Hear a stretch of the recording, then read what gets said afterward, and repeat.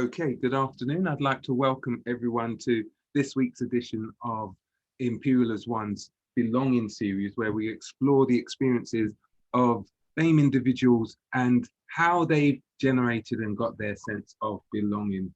Now, this week, I'm really happy that we've got Danielle Tran with us today.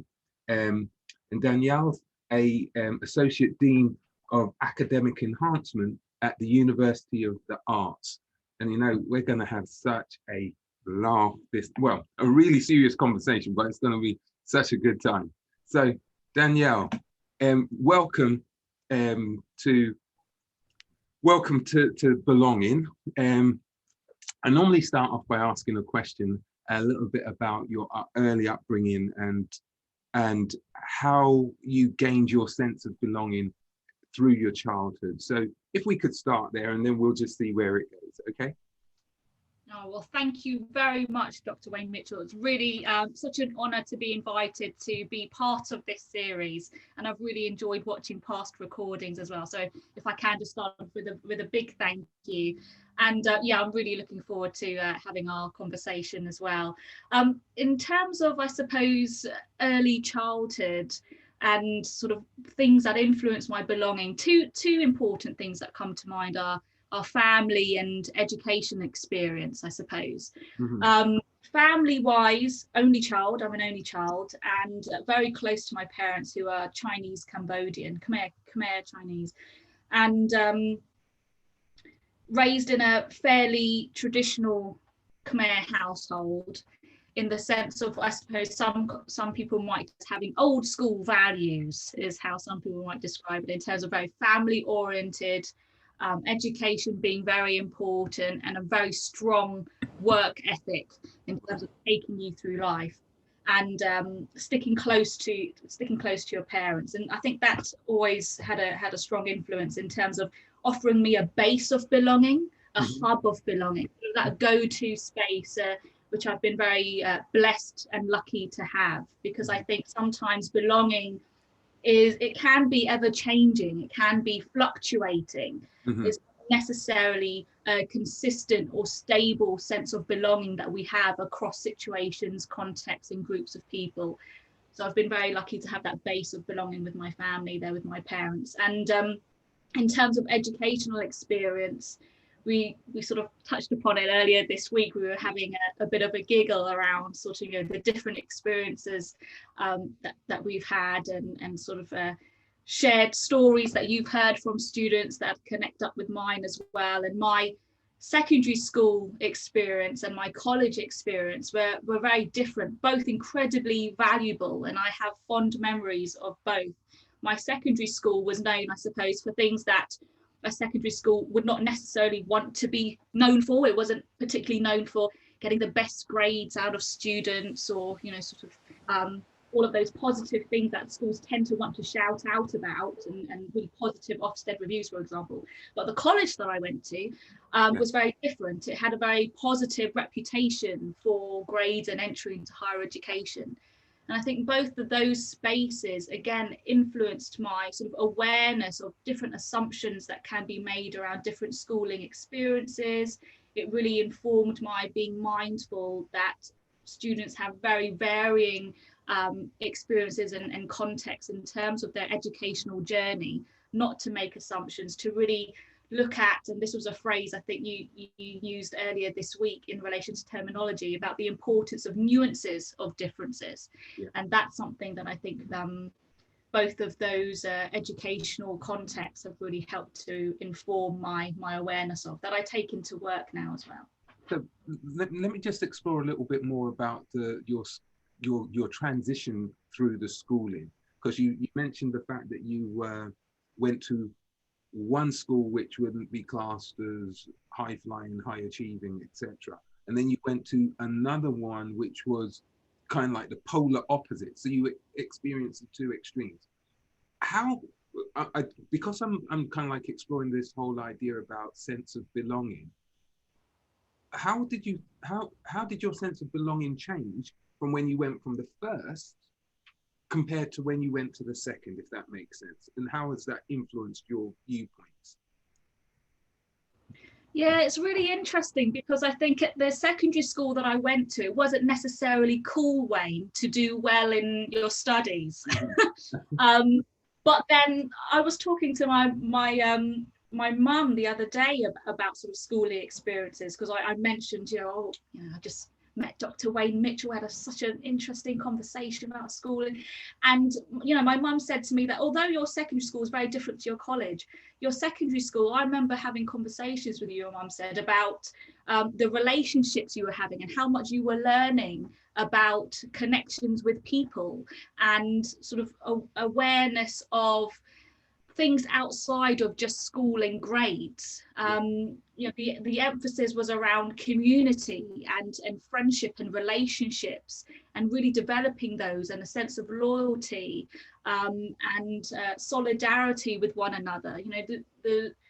The students, we all knew that our school wasn't known as being high flying, but in a way that connected us more. And then in the college that I went to, the sense of belonging was different. I mean, I had a wonderful group of friends that are still very close to me now.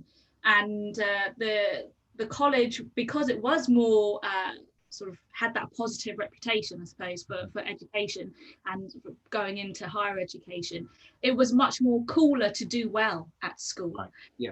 So I suppose the level of belonging in some ways in that aspect was enhanced, because I thought, oh wow, everyone wants to do really well, and it's not sort of, oh, it's not uncool to be doing well in classes. So it's a different type of feeling there. But not any more or less valuable. They were just very, very different. And sometimes I speak about the different experiences I've had, and people say, oh gosh, so you must have really not enjoyed your experience at secondary school. I say, no, I don't regret going there. I didn't choose to leave. I stayed there for the whole period. I had friends there.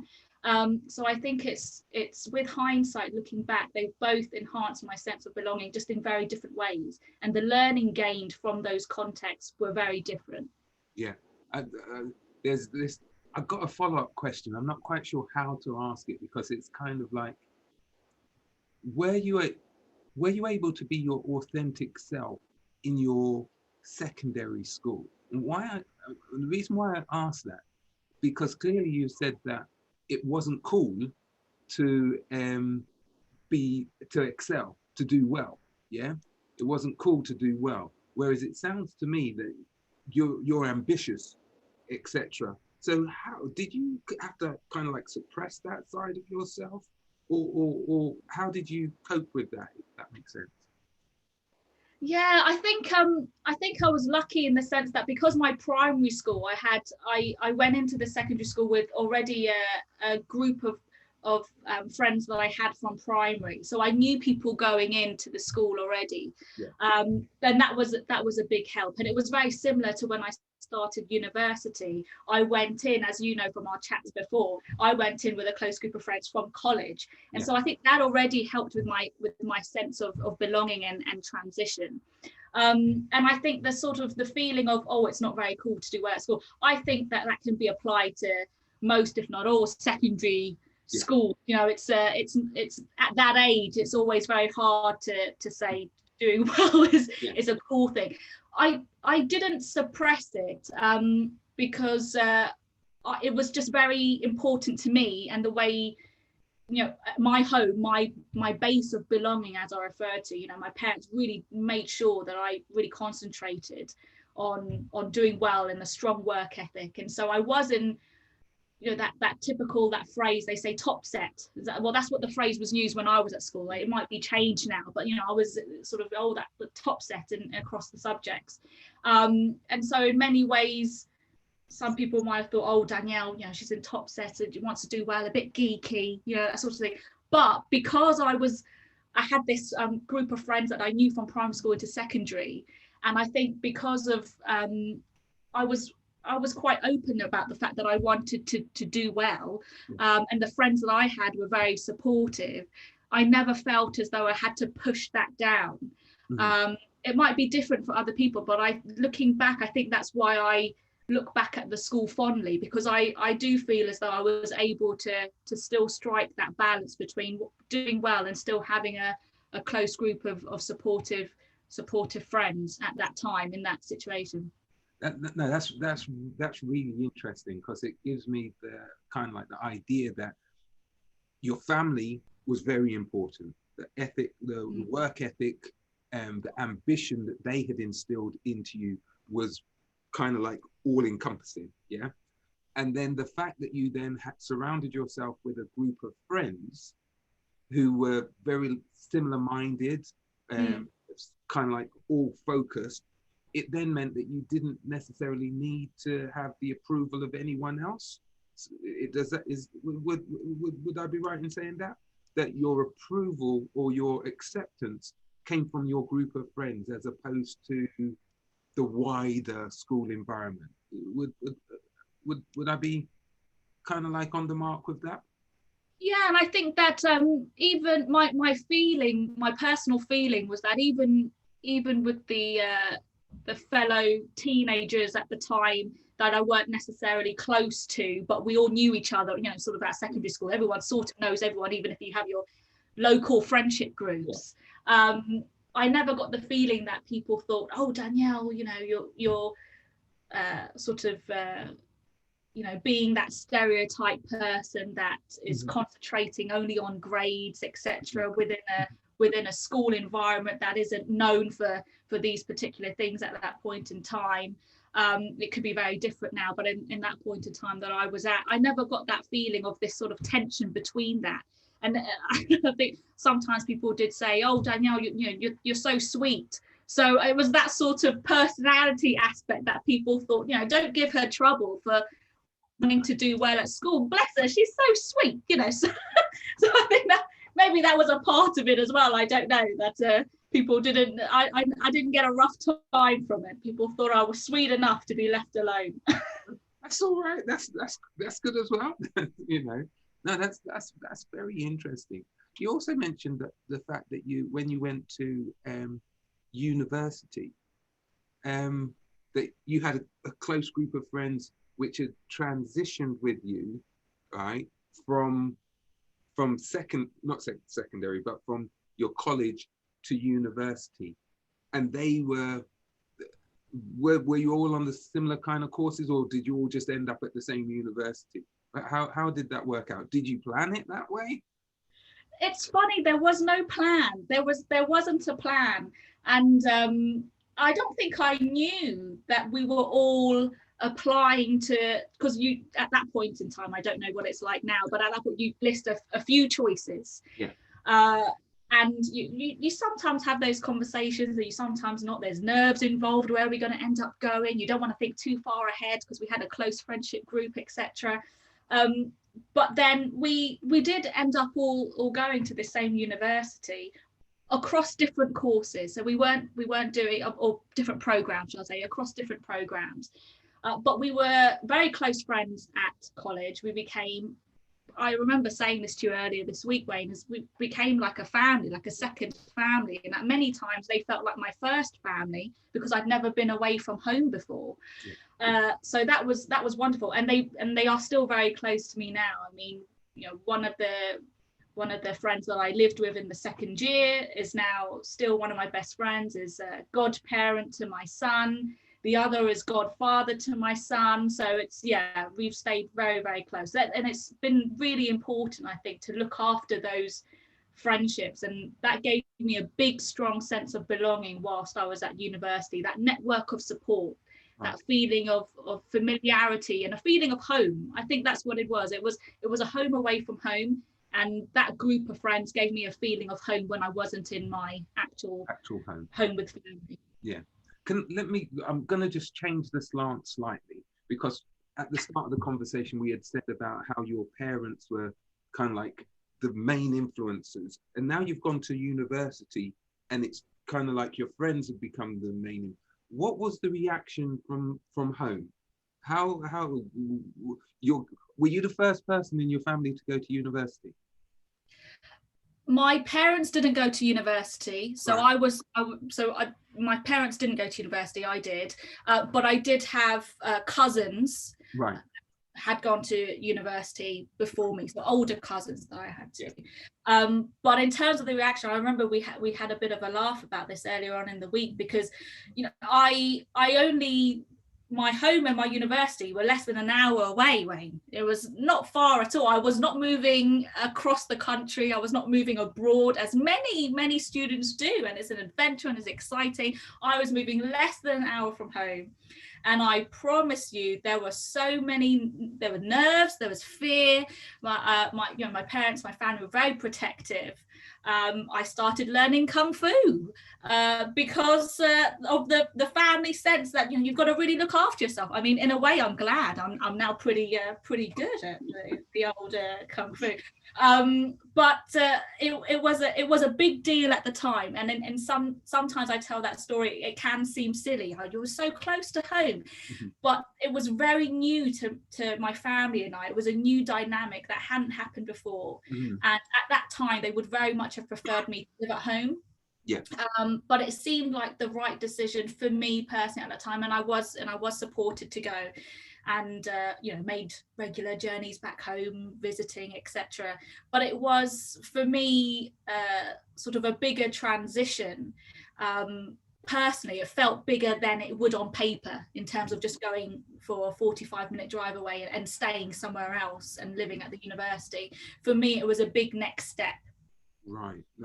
That's very interesting, because I know a couple of my friends when I was at university, I remember, one of the guys who I shared with, he only lived about 45 minutes from home. He came and he was there for the main part of the week, and then he would go home at the weekend. But there wasn't a tension, but it was just, I always wanted to understand what it was, why certain families were more, I'm not going to say more protective, but what is it that means that some people are much more okay with going out and allowing them to have a little bit more freedom, and some were a lot more, I don't want to say protective, but it seems a bit more protective. I don't know. It's just very interesting, I find. So, no, you're right. It is really interesting, and for me, it was definitely, I could tell it was coming from just a pure place of love, and wanting to be there if anything went wrong at all at any time. This desire to be there straight away to solve a problem. And now I have a child of my own. I get that. I can't imagine my son going to university, living. I completely understand it, and all this time, my parents, especially my mum, would say, you'll never understand how I feel about you until you have your child. And now I do, and I'm probably even more anxious, nervous and wanting to be there all the time, maybe. So No, I understand that. I do understand that.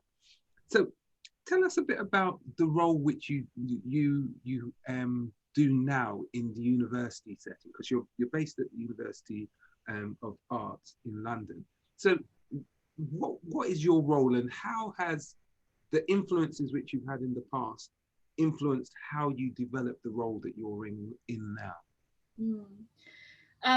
Thanks, Wayne. I think that's really, I suppose, a reflective personal question. And it's helpful for me to regularly think about that, I think, in terms of the lens and the position that I'm lucky to be in.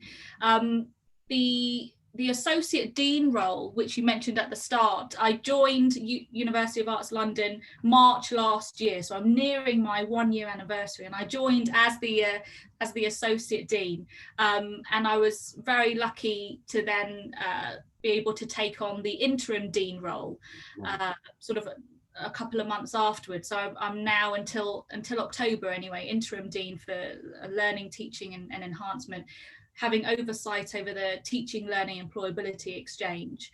And I would say that in terms of reflecting and bringing in my experiences, my personal values, familial values, educational experience, etc., for me, I try to make sure that in all of the actions and the meetings that I'm part of, that it's a very community affair.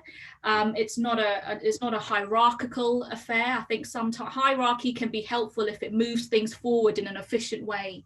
But I think sometimes in a university setting, in a higher education sector, as we know from growing discussions around anti-racism and decolonizing agendas, etc., that we do need to interrogate institutional structures and to question when there is hierarchy for hierarchy's sake. And I am very lucky, it's a privileged role to be able to have that sort of expanded sphere of influence, I suppose, and authority and wider remit in this interim dean role.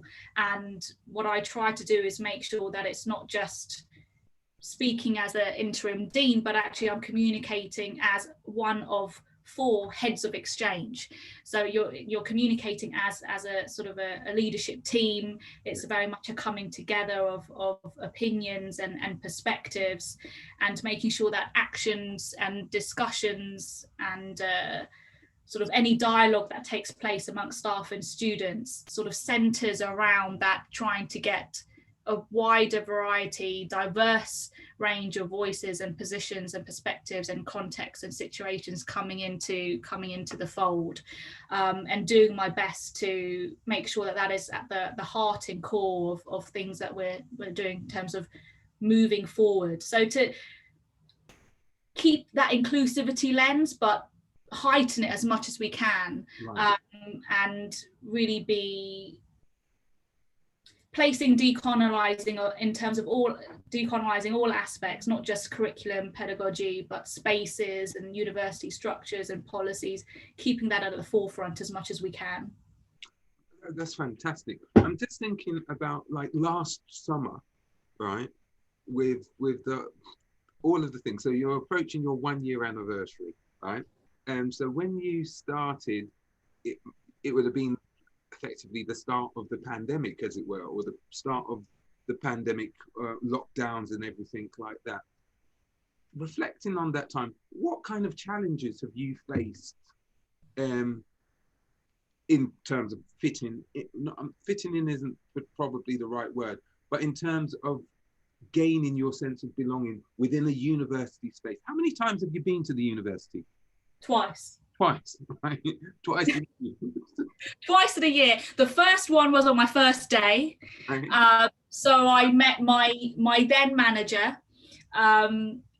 who has since left, and a few other colleagues. Very busy, sort of, spacious but big busy office. And then we were straight into lockdown 1 from pretty much the next day onwards. And then when I took on the interim dean role, I went back once again during that time, just before Christmas break, where things were still sort of semi-open, I suppose, and went back to the office, completely empty office at that point. So those are the only two times I've experienced. But University of the Arts London is made up of a number of amazing, distinct colleges. Right. A cluster of colleges that all have their sort of really powerful, influential remits and identities, and I've not yet experienced the walking through those corridors and seeing the visual impact, and so that's that part there I'm missing. I'm still very much missing, but that's the same for many other colleagues who have joined during lockdown or started a new role during lockdown.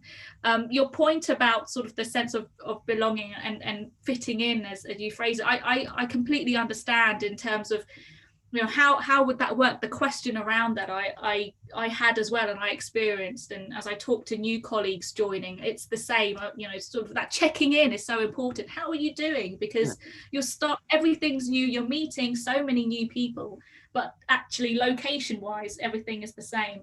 And so a good 98% of people that I've met during the past year that I work regularly with every day, they've not seen me from the elbows down, Wayne, you know, and there's a bit of a running joke in terms of how tall I am. People wonder, and sometimes I say I'm really small, sometimes I say I'm 5'11" supermodel and I do this job on the side. Some days I just feel a bit more crazy and I say I'm half mermaid and like the woman from Splash from the waist down. But it is strange, and you kind of have to take it with a pinch of humor as best you can, because it's a challenging time for so many people.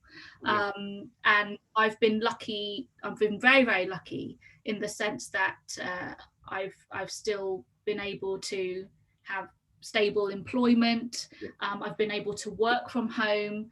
I've been able to, in a way, spend more time with my son, who's 2.5, because I'm more present at home. So I've been very lucky, because I know that, you know, there's a spectrum of experiences during this lockdown period, and for many it's been incredibly difficult. Fantastic. I'm going, because one of the reasons why we really wanted you on this week was because Imperial, yesterday was International Women's Day, and we wanted a powerful woman to represent from the BAME community, and you were suggested as that person. What are you looking around for? It's you. I'm not sure that's me, sir. That's very kind of you, my friend, but I'm not sure that's me. You came highly recommended, trust me, right?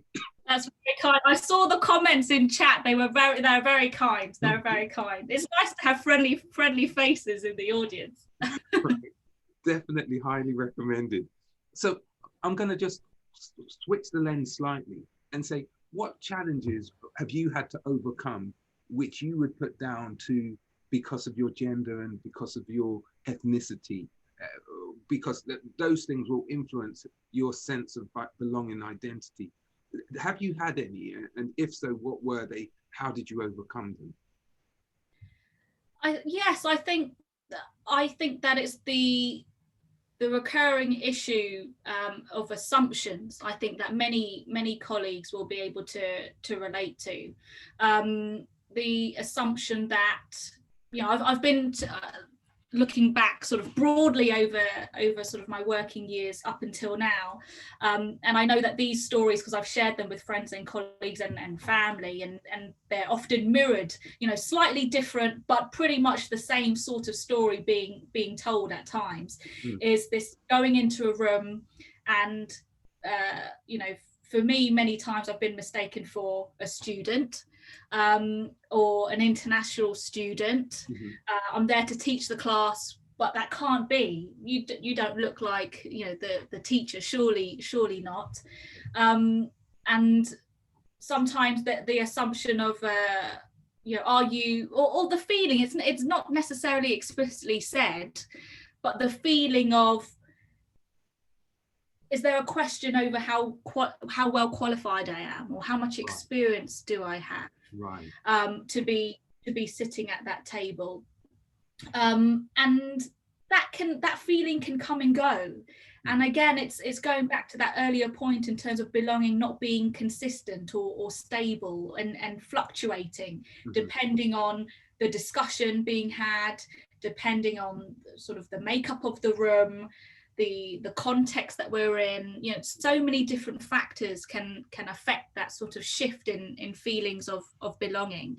But often and again, it could, to a certain extent, I suppose it's an individual thing, and other colleagues and friends might feel differently at different times. But sometimes I do, especially when starting a new job and people don't know me and people haven't sort of got to know me, so it's completely brand new, then I do always feel as though I have to, and this is the same for everyone, you feel like you have to prove yourself that you really deserve this role, but sometimes I do feel this added pressure on myself to prove that even more, because of, you know, like you say, sort of age, gender, appearance, all these sort of interconnected, complexity, layered factors that are coming into this kaleidoscope that is belonging. And that's something that I've heard many friends and colleagues say, particularly from BAME communities, and it goes back to how they were raised and what their parents and grandparents told them. You know, my family is very much, you know, we've had to work hard, and you know, you've got to work hard, and you almost have to work twice as hard sometimes. And that's something that, you know, many colleagues and friends have said to me, that they've had that same sense of feeling, or have been told similar things. Yeah, I think that's definitely a feeling which people from immigrant backgrounds, people who aren't necessarily native to this country or any country, feel that they have to prove themselves by working twice or three times as hard as everyone else. And how so I suppose the follow-up question on that is, how has that influenced the way in which you view yourself, or the way in which you respond when you're in those kinds of environments? Does that make sense? A little, yes. And do you mean in terms of how I'm approaching sort of dynamics in a room and relationships maybe with people? Yeah, because if you know that there may be some kind of like stereotypes which are going to automatically be imposed just by your physical presence being there. So how do you either prepare yourself in order so that when you get into that environment, you can still effectively be your authentic self? What kind of thing? I might have confused myself there. We're getting deep. That's why we're getting deep. I like it. I'm not sure if I've ever thought about it to that extent in terms of preparedness. Maybe there are things that I'm doing that I'm not explicitly conscious of, but actually I think that over time, you only, well, for me, you know, I've only become more and more proud of my ancestry and sort of my background, my cultural background, etc. Because it is a mix of things. You know, my dad's Christian, my mom's Buddhist, I'm Chinese, I'm Cambodian. I can't speak Chinese, but I'm fluent in Khmer. You know, that sort of, you know, all of these different things coming together. And as a child, that can be quite hard to explain. Oh, you know, sort of what people sometimes ask, oh, you know, where are you from? What religion do you have, etc. And it's always, well, it's not that clear cut. But then as you get older, you know, your self-understanding grows more, and your understanding of everything else around you, and the sort of the ways in which your belief systems have informed your sense of wholeness and identity. I think that has made me feel more confident in myself, to not have to feel that I have to get ready or prepare or sort of perform in some way. But I think that has come sort of over time. And what's been really important is making the most of networks of support, networks of people that really champion and encourage my sort of personal and professional development. And that goes for UAL as well. Most recently, you know, I was very lucky to become friends with sort of colleagues who have really played an active role in supporting and encouraging and championing me. And I wouldn't be in the interim dean role if it wasn't for those colleagues. And I think that's ever so important. And when you experience that, and I've experienced that at other places that I've worked with as well, in terms of this, you know, this sense of coming together and really having each other's backs and looking out for opportunities to really cheer one another on, and being actively doing so, not just saying, oh, Wayne, yeah, you should go for that, it's great, but really, what can I do, Wayne, to help you? Because I know you've been eyeing up that opportunity. What can I do to help? You know, and vice versa. Has made such a difference. And what's really important is when you've experienced that, to make sure you do the same. And you give back as much as you're receiving. Brilliant. I'm going to open up some questions. I'm just wondering if anyone has any questions for Danielle. I do want to come back on that network of support idea, because I think it's a brilliant one. But does anyone else have any questions which they would like to ask Danielle at this time. Otherwise, I've got another question. Right. William? Yeah, hi there. Hi, William. Thanks, yeah. Hi, Danielle. Yeah, very interesting. I suppose, yeah, my question is, I suppose, what made you want to move into this area? So, like, were you a academic or a practitioner before? And then, so what's made you then kind of want to move into leadership? And do you feel that maybe as a now more into leadership, are you better able to influence agendas? Thanks so much, William. Yeah, thank you very much for the question and for joining us today. I really appreciate it. There was, in all honesty, there was no plan. There was no plan to move into management or leadership. That was never part of my go-to next step. So it happened fairly organically. Originally, my research area was around South African studies and looking at post-apartheid traumas and how they were grappled with and negotiated in different mediums such as literature, film, theatre. And I've always been very interested in discussions around race and discussions around social justice. But a couple of years back, there were not many jobs that were specializing around those particular topic areas. You know, there were particular programs across certain institutions, but it wasn't a sort of a wide ranging, lots of opportunities that I could have applied for. And so I started to, you know, because of that reason, expand into teaching and learning and academic writing.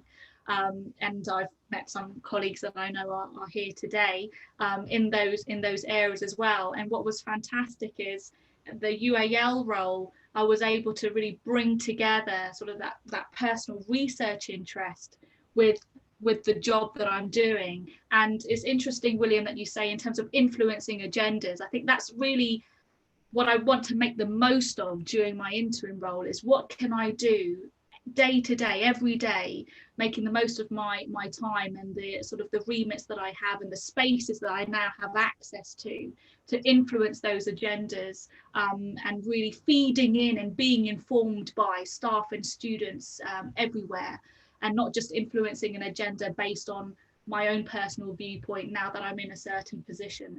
And so that's something that I really am trying to do. I hope that sort of answers your question, William. That was a good question, William. Thank you. That whole idea of that transition into management from the position where you were and how you can be an influence. I think it's always kind of not tricky, but it's remembering what it was that got you into that position and how you can, as you said earlier on, how you can build the networks to help promote others into those same positions. You know, I think that's a really key thing for all of us to endeavor to do. I was just thinking, I'm not sure if anyone else has any questions at this time. If they do, just put their hand up or put something in the chat. I see someone saying some really valuable points which resonates with within their own teaching position, you know, which is really, really good. That point which you made about earlier on, where going into the room and that kind of like sense of, no, you can't be the person who's teaching us, having to qualify yourself, as it were. I think that's a really interesting point as well to think about. But I wanted to just investigate a little bit more, because I think you seem to me, although you said you're not on social media and stuff, the whole idea about networks of support, right? Because all of the stories which you've told so far, it's always been kind of like a close-knit network of support that you've got with you, right? How do you continue to maintain and enhance those networks of support? I think it's keeping the dialogue open, checking in with one another regularly, and just, I suppose trying our best to embed it into our everyday awareness. So if a job opportunity comes up, or if a conference comes up, or if there's a project, you know, that's opened up, then straight away think, who can I share this with? Who would be potentially interested? Passing things on, and that way always there's that constant connection and overlap, you know, sort of the wires keep on crisscrossing, and as they crisscross, someone else might pass something to someone else, and making the most of the opportunities where you are meeting someone, and it could be by chance, and really grabbing those opportunities to again create a relationship. I'm not very, I find networking quite cringy. I'm not very good at it.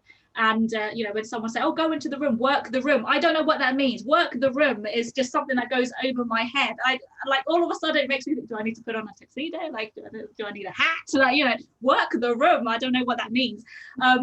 But sometimes, you know, I've met a colleague, a mutual friend of both of ours actually, and I won't mention their name in case they get embarrassed, but a mutual friend who led on a conference that we were both a part of very recently. You know, we met outside in a magistrate's court, and I think you probably know the story as well. And just from that very brief conversation, it led into so many different things. You know, sort of sharing experiences about conferences, writing together, etc.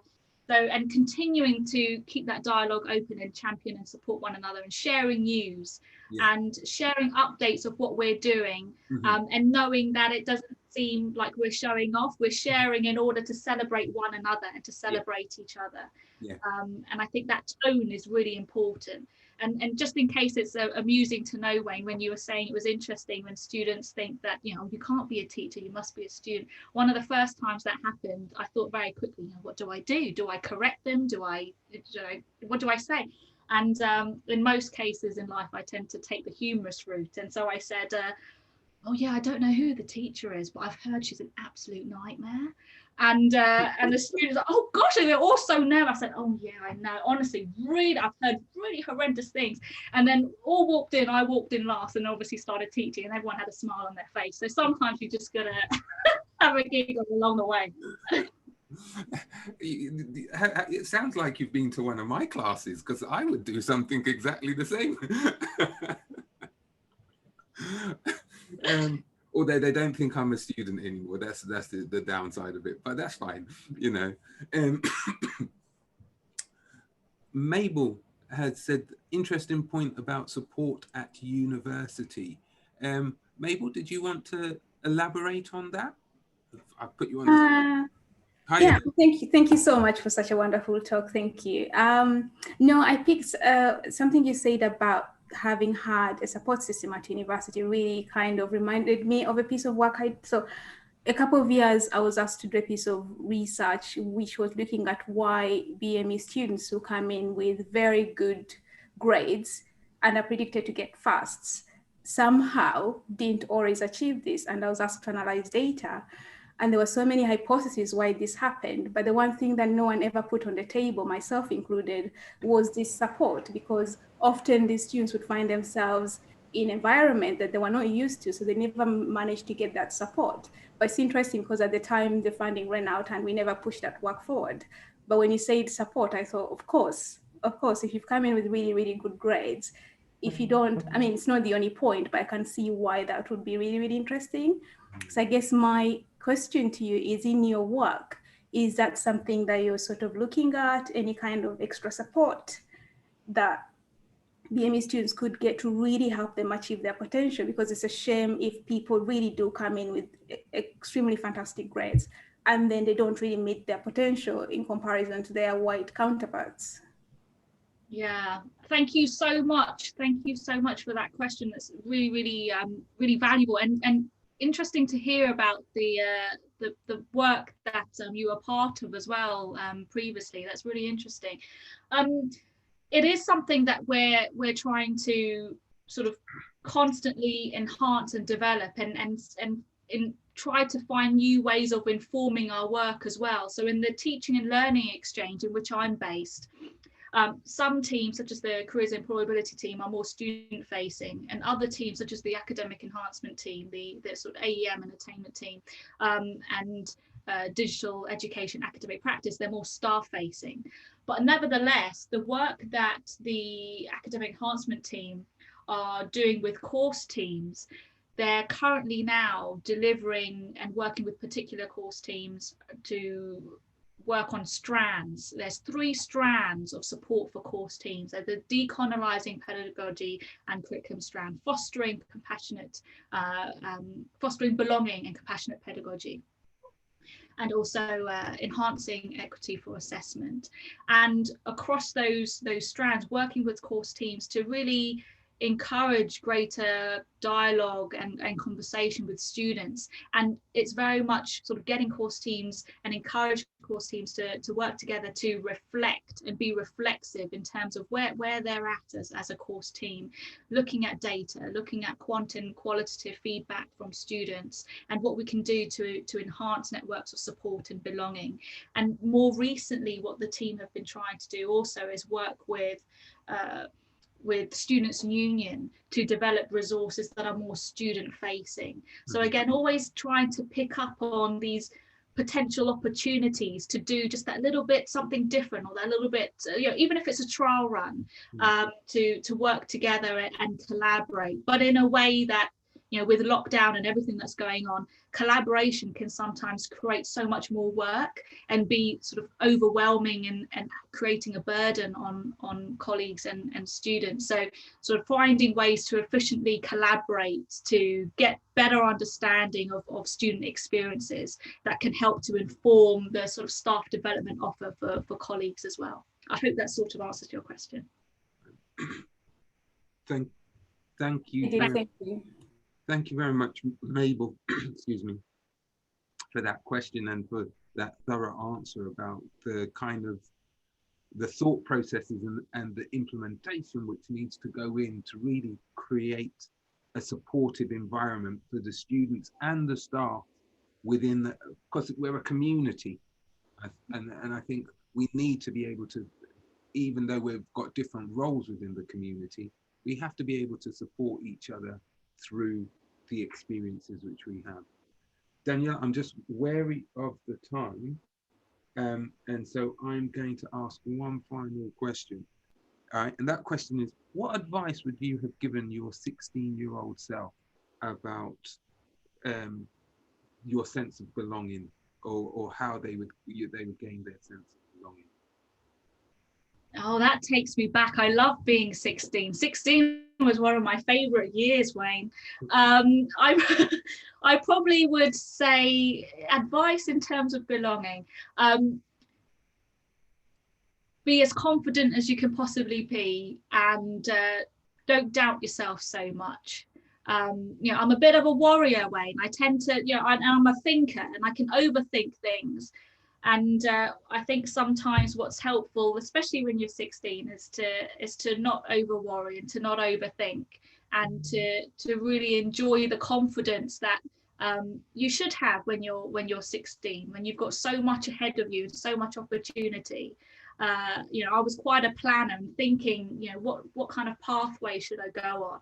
And probably looking back, I'd say, be more of a 16 rather than a 60-year-old. Daniela, thank you so much for spending the time with us this Friday on International Women's Day. Celebrating International as part of our celebration. It's been fantastic, and I know that you're going to carry on doing some really brilliant stuff. So thank you very much. Thank you so much, Wayne. Thank you. It's no problem. What I'm going to do is I'm going to just advertise our section for next week. And so next week, we're going to have Arthur Torrington, CDE, who is a Guyanese-born community activist and historian, and the director and co-founder of the Windrush Foundation. So it's going to be a really interesting subject or topic or interesting discussion next week with Arthur. And if you haven't been able to see some of the Belonging series, then please go to our tiny URL, Belonging IAO, and you can you'll be able to see a lot of the other interviews which we've done as part of the series. So until next week, have a good week, and I will see you again next week. So thanks very much, and thank you very much, Danielle. Thank you, Wayne. Thank you, everyone. Bye for now. Bye-bye.